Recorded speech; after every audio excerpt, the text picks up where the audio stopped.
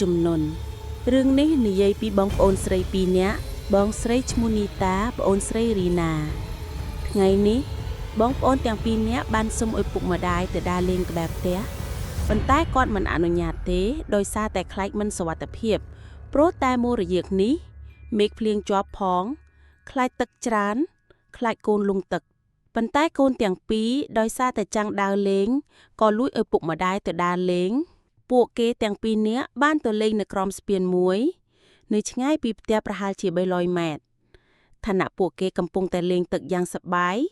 ស្រាប់តែមេឃចាប់ផ្ដើមរលឹមពេលនោះនីតាបានប្រាប់ប្អូនស្រីតោះរីណាយានទៅផ្ទះវិញមេឃរលឹមភ្លៀងហើយខ្លាចទឹកឡើងណាមិនអីទេបងស្រីមេឃកំពុងរឹកជាក់ស្រួលផងដោយឃើញប្អូនស្រីកំពុងលេងទឹកសប្បាយក៏សម្រេចចិត្តនៅលេងជាមួយប៉ុន្តែនាងមានអារម្មណ៍ថារងាក៏អង្គុយលើច្រាំងមើលប្អូនលេងយ៉ាងសប្បាយប៉ុន្តែភាពសប្បាយរីករាយស្នាមញញឹមរបស់អ្នកទាំងពីរ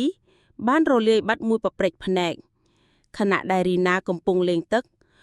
មេឃបានបង្អភ្លៀងយ៉ាងខ្លាំងស្រាប់តែទឹកជន់មកហូរបោកខ្មុលខ្មាញ់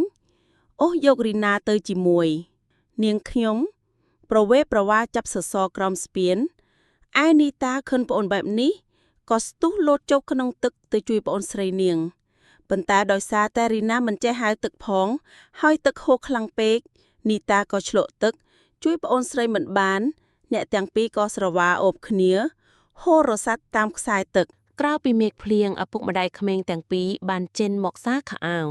ស្រាប់តែបាត់កូនក៏ដើរស្រែករកកូនតែមិនឃើញក៏ដើរចេញមកក្រៅផ្ទះសួរអ្នកជិតខាងឮគេប្រាប់ថាពួកគេដើរទៅលេងនៅស្ពានបាត់ហើយ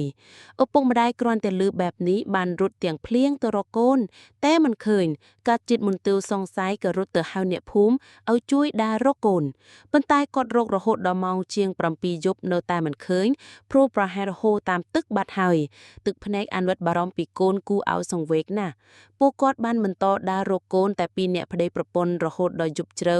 ដោយអស់សង្ឃឹមគាត់បានដើរត្រឡប់មកវិញទាំងក្តីសោកសៅបំផុតពេលគាត់ដើរមកជិតដល់ផ្ទះស្រាប់តែឃើញកូនទាំងពីរឪពុកម្ដាយអរណាស់រត់ទៅអបកូនលោកមិនបានបន្ទោសទេថែមទាំងអបកូនពេញដើមទ្រូងហើយសួរនាំកូនទាំងទឹកភ្នែកទាំងសំឡេងអួរដើមក៏ហៅកូនថាកូនយ៉ាងម៉េចហើយពុកម៉ែបារម្ភណាស់ឯណាប្អូនកូនគាត់សួរព្រោះឃើញតែនីតាម្នាក់ឯងរីណាគាត់លង់ទឹកឲ្យពុកគាត់នៅគល់ស្ពាងនោះ